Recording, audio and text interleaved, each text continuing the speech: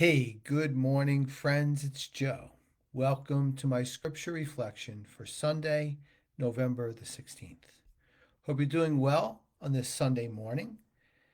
I am going to ask you to continue to pray for my mother. She's still having challenges, certainly with overcoming the issues she has been struck with in her health. She's doing a little bit better each day, and I keep trying to tell her that's all you do is one day at a time and get a little bit better than you were yesterday. And also my own health briefly, still a little tired, believe it or not, and still working through the recovering from my angioplasty, but I'm confident that in time I will be back to myself and then some. But thank you for your continued prayers. I'm working on a new project. I've been thinking about it for a long time, and it's to really look side by side at the Gospels, the New Testament, and the Tao Te Ching, which is a ancient Chinese document.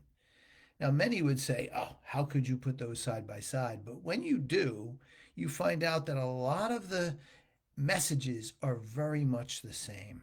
And I'm going to be sharing that as time goes on as I continue to work on this project. But it leads me to the prayer I'd like to offer for everyone today, which is to have a more open mind to all goodness that is out there that can help inspire us to live a more life of faith and a more joy filled life. So let us just pray for that right now.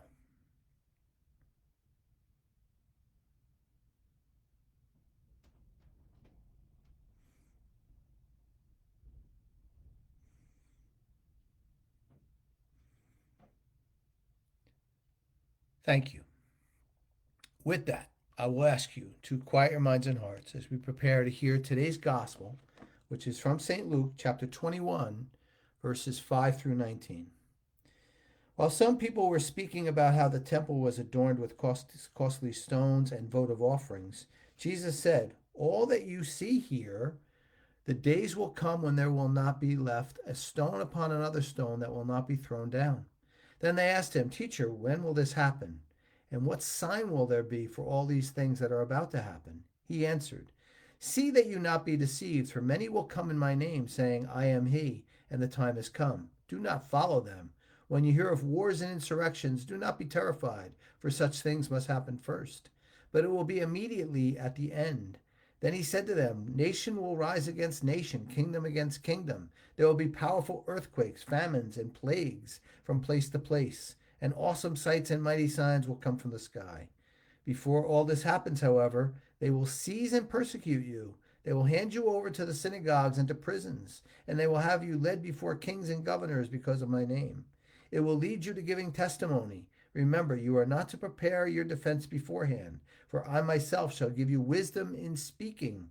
To all your adversaries will be powerless to resist or refute. You will even be handed over by parents, brothers, relatives, and friends, and they will put some of you to death. You will be hated by all because of my name, but not a hair on your head will be destroyed. By your perseverance, you will secure your lives. As I say many times, there are times when just one word or one phrase helps us digest a gospel like that. One that seems to have some dark messages, one that seems to have things that we shake our head and say, really? Or, wow, this is happening today, and what do I do about it, and where do I go from here? So let's take that one word, which is at the end. By your perseverance, you will be healed. Your perseverance. My friends, this life of ours is filled with joy, but also filled with many challenges, deep seated in our souls and that extend to the universe. And we walk through them every day. And our key message is to persevere through them and work towards that one place, Jesus. You may know about our Paisano. He is a beagle who is here with us now just over 3 years, part of our family. Quite a character, gets into a lot of trouble. He's a sweet boy, handsome boy, but he can really get under one's skin at times. Now, it's pretty much assured that what we know about him is he was probably a lab dog. So they tested on him, which is a horrible thing. And somehow he was survived and he was found as a stray somewhere, and now he ended up here. But those dogs end up doing something that's very interesting. They go towards somebody that they feel they could trust and they stand on them for continued affection. Now, let me tell you, when you're tired at 8 o'clock at night, this can be a little bit irritating. But when you realize why this boy is doing what he's doing, you realize that you need to try to pet him and stay as calm as you can. Well, my friends, we are all like Paisano. We all have hurts, issues in our life.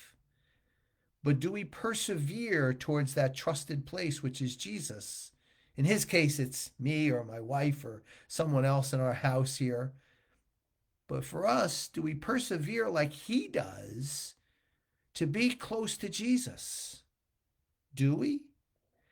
As I always say to you, I'll put my hand up first. I don't as often as I could or should. And when things get stressful, when things get difficult, we need to persevere in that direction where the comfort is, where the peace is, where the strength is. And that's Jesus in our life. How do we do that? How's a practical way to do that? You might be saying, hey, Joe, give me a practical way. Pick up a New Testament. Pick up a gospel. Look one up online. Read what Jesus has to say that day when you open a page, and you'll be closer to him. You'll be persevering towards him. Spend time in prayer, not saying I need this and I need that, but just sit and listen to what he might have to say to you. Sit and listen to what his life was all about. Persevere in that direction.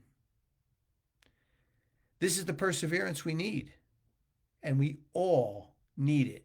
Maybe the reasons are a little bit different for each of us, but certainly they're filled with good enough reasons to persevere in the right direction towards that trust, that truth, and that strength. Well, my friends, that's my message for you on this Sunday. As always, I hope it was helpful for you. I always welcome and appreciate your comments and your thoughts, and I always appreciate you being here with me.